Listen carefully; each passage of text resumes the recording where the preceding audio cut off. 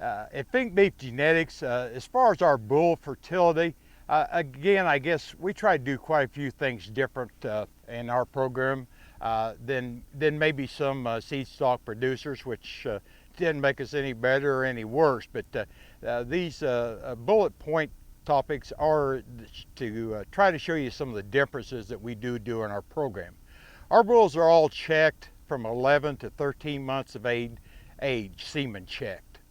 We take a lot of pride in that because the bulk of our bulls will pass, and that is with a full BSE exam. Our veterinarian, Dr. Don Musil, Blue Rapids, Kansas, has checked thousands and thousands of bulls. He brings people with him that are experts in their field. Each bull semen is stained. The bulls are all extended and make sure there's no warts or problems on any of the penis or anything like that.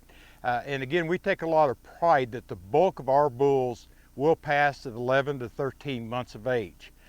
You might wonder, well, why is that so important? It's important to us because we think that that has a lot to do with fertility in their full sisters and their mates and those bloodlines.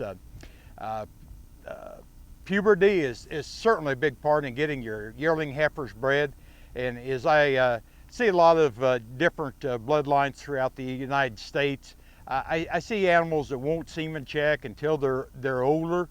This concerns me, and a lot of times those problems are because of a puberty problem within the semen itself. I'm no scientific expert, but I have to think that bulls that freeze early, have good scrotals, and produce lots of good semen early on have to be more fertile than their female counterparts. So that's why it's really important to us. If a bull doesn't check at Fink Beef Genetics, by the time he's 14 years of age, he gets his head cut off. We don't mess around with them. We just get them on out here because, again, we're very concerned that if they don't check by that age, that they really probably don't need to be in the industry. We also take great pride that we don't fatten our bulls. We grow our bulls, and I'll discuss that in another bullet point, but we grow our bulls at a slower rate of gain. We know the genetics because of the EPDs and what they're expected to do.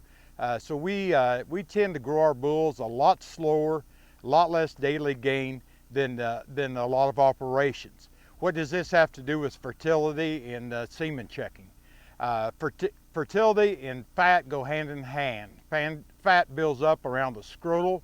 This will hinder semen production early on, and it'll also have some problems for the bulls later on in life as that fat builds around the scrotum and doesn't allow that semen to, because of the heat from the fat, has an effect on the quality of the semen.